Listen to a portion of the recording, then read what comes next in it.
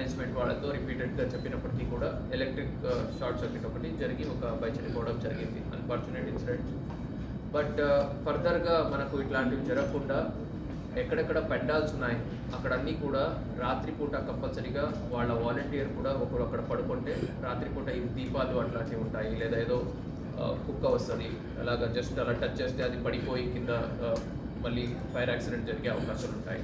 So అట్లాంటి టైంలో ఈ దీపాలు ఎక్కడ వెలిగించి ఉంటారు దాని చుట్టుపక్కల ఏరియాస్లో ఇన్ కేస్ అది పడిపోయినా కూడా ఇన్ఫ్లేమబుల్ మెటీరియల్స్ క్లాత్స్ కానీ ఇట్లాంటివి ఏం లేకుండా ఎన్షూర్ చేసుకోవాలి. అలాగే ఎలక్ట్రిక్ కనెక్షన్స్ ఇచ్చే టైంలో వర్షాలు కూడా పడుతూ ఉంటాయి.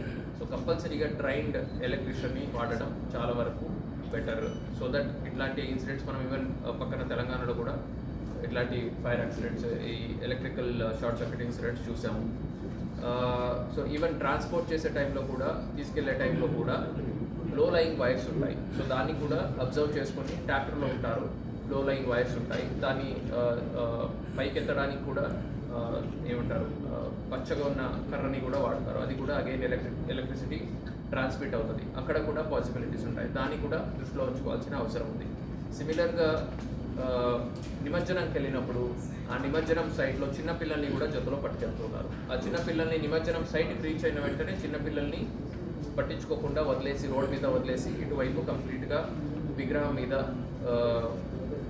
కంప్లీట్ కాన్సన్ట్రేషన్ ఉంటుంది. అప్పుడు ఆ పిల్లలు రోడ్ మీద పోయి యాక్సిడెంట్ జరిగే ప్రమాదాలు ఉంటాయి, అలాగే పోయి నీళ్లలో మునిగిపోయే ప్రమాదాలు కూడా ఉంటాయి. సో దాన్ని కూడా దృష్టిలో ఉంచుకొని అన్ని ప్రికాషన్స్ తీసుకోవాలి. At the same time police వాళ్ళతో ఒక కమ్యూనలీ సెన్సిటివ్ రూట్స్ అండ్ టైమింగ్ ఉన్న సిచ్యువేషన్స్లో పోలీస్ వాళ్ళతో కూడా కంప్లీట్గా కోఆపరేట్ చేస్తూ పీస్ఫుల్గా అనంతపురం జిల్లాలో కంప్లీట్ నిమజ్జనాలు ఎటువంటి ఇన్సిడెంట్స్ లేకుండా జరుపుకోవాలని కోరుకుంటున్నాను. ఎప్పుడు నిమజ్జనం ఎప్పుడు ఎక్కడ పాయింట్స్ మీరు ఏర్పాటు చేశారు?